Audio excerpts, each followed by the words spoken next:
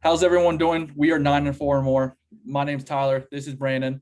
And Brandon, we got some big news today in the NFL. Two big trades between the Miami Dolphins and the San Francisco 49ers, and as well as the Philadelphia Eagles and the Miami Dolphins. But we'll start off with the first trade of the day from the draft or for the draft, and that is the Miami Dolphins trading the number 3 pick to the 49ers for pick 12 and a 2021 third round pick, a first round pick in 2022, and 2023. So, what are your thoughts?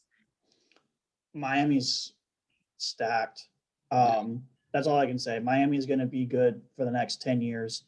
They have, I think, multiple picks in every of the first 3 rounds for the next 3 years now.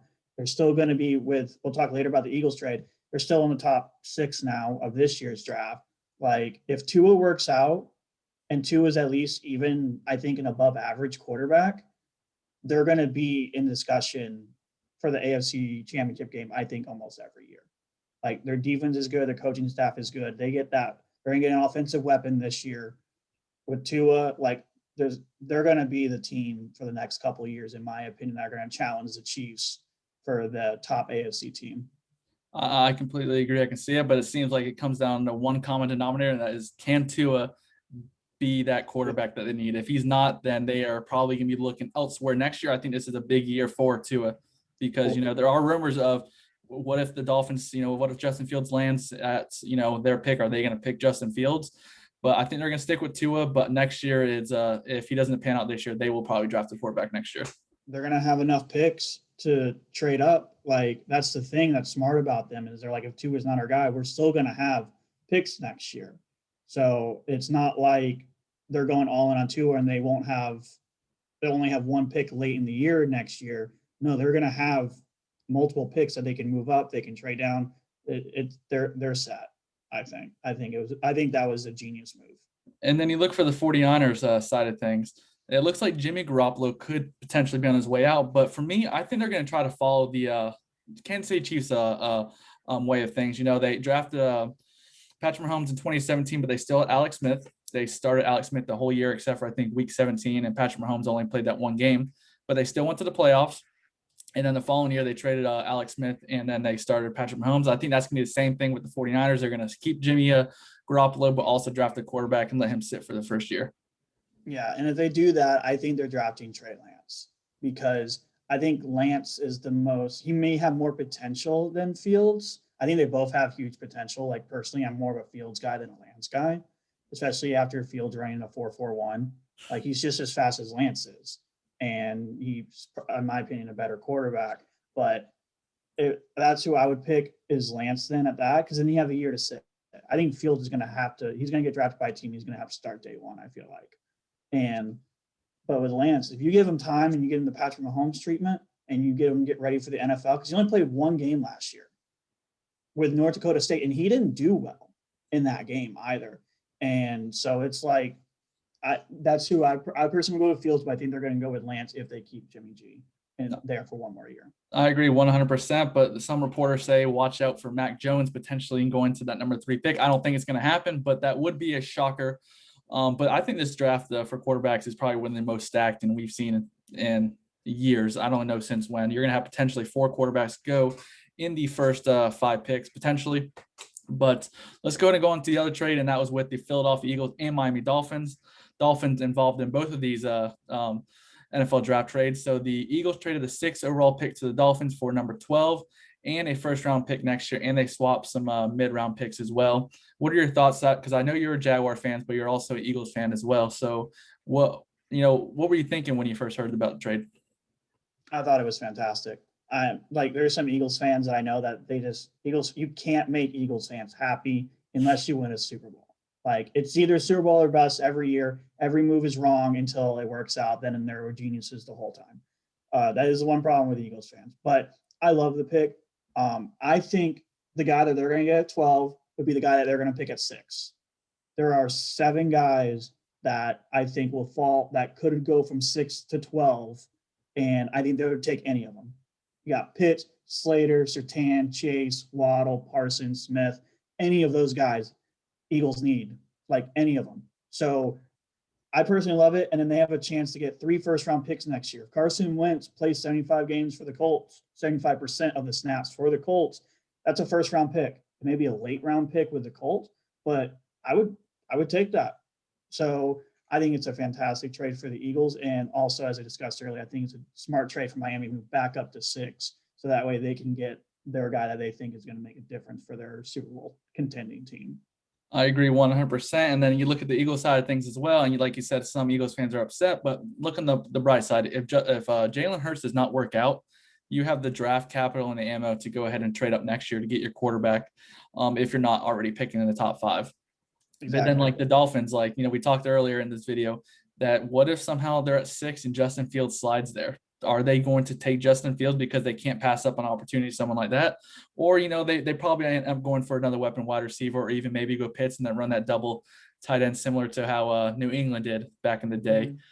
Mm-hmm. But yeah, I like the trade. I like the trade for the Dolphins and Eagles, the 49ers, I guess, good for you. I guess go get your guy.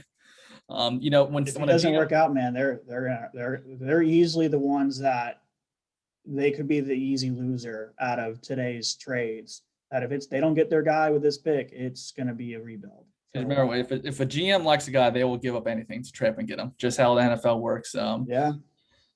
So we talked about the Miami Dolphins and 49ers trade, the Eagles and Dolphins trade. What's also funny is that what was that report earlier that the Eagles really wanted to draft Zach Wilson, but they cannot get up to like the top 2 or whatever. So they decided to go ahead and trade out of their picks because they knew he wasn't going to be there for their. Yeah, I mean, if that's your guy, that's like you said earlier. GMs will, even with a QB like Hurts who showed some potential, if their GM for the Eagles really wants Wilson, give it a shot. It didn't work out, so they decided, okay, well, let's just go get weapons for a guy that we do have.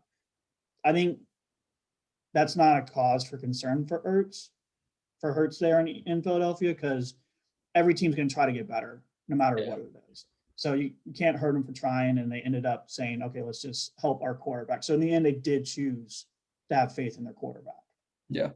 For me, I feel like this Eagles team coming in the 2021 season reminds me a lot of the Jags this past year. They are, they're going to give the quarterback a chance. They're going to give him a chance, but they're not going to provide him with a lot of help either. So they're going to see if he's the guy. Well, they have help. It's just they were so hurt last year. I don't think I've ever seen a team more hurt. The 49ers are pretty close last year too. Like they were pretty banged up everywhere as well. But man, everybody on that line, on the offensive line, the tight ends, the running backs, the receivers, it was like we had Fulgham, practice squad guy, having to be the number 1 receiver for like 5 or 6 weeks.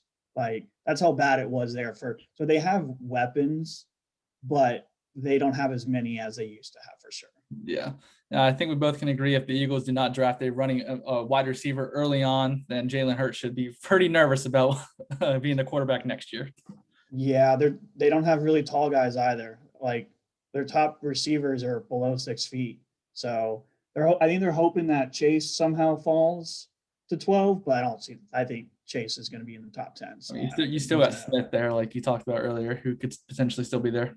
That's, I think, who's going to be the guy that's going to fall. Yeah. And Pitts, it would be Pitts, but Pitts is getting too much momentum. And so we got some other news around the league. 2 news signings for the Jaguars. They re-signed Josh Jones, the safety who played decent beginning of last year, got stuck with injuries, but I think he's more of a depth guy anyways. And also Adam Gotsis, who I thought actually played pretty well for the Jags last year. Re-signed him as well. Once again, defensive line is totally revamped. And then I guess you can say the bigger signing of the day was Sammy Watkins going to the Baltimore Ravens. They so-called get their guy now at wide receiver. Yeah, Taven Bryan gone. He's not making this roster. He's just not. So the Taven Bryan project is now over. He's going to get cut. I highly doubt anybody's going to trade for him except for maybe a 7th round pick 2 years from now. I'll take it. I mean, he's cheap. He's $3 million, I think, this year. So yeah, I think if you cut him, you save like $1 million, don't you? Yeah, if you cut him, you save $1 million. I mean, we're not really don't need to necessarily cut him, but if anything, we save $1 million. Like give it to Chark. Just throw the extra $1 million to Chark or something. Which I know we have other news. There might be a rumor that he got extended and just not releasing anything yet. Yeah. Visca's social media kind of hinted towards that. So maybe that'll be a video soon, hopefully. But yeah, and then Josh Jones, like you said, he's just a body. he may not even make this team, honestly, especially if we draft a safety. I don't think he's making the team. I think that was more so of a insurance policy in case they can't get their safety in the first three rounds. They're like, all right, so we just need this backup for right now, though, at least. Solid backup. Yes. But I don't think he makes the team if we get our guy. Yeah, I agree 100%. But other than that, thank you for watching. Please leave your comments below and basically your thoughts of what you thought about the trades with the Dolphins, 49ers, and the Eagles and Dolphins. Did you like it? Did you not like it? Are you neutral? But leave your comment below. Also, go check out our social media, our Twitter and Instagram, which I will go ahead and put a link to that in the description below. But other than that, thanks for watching.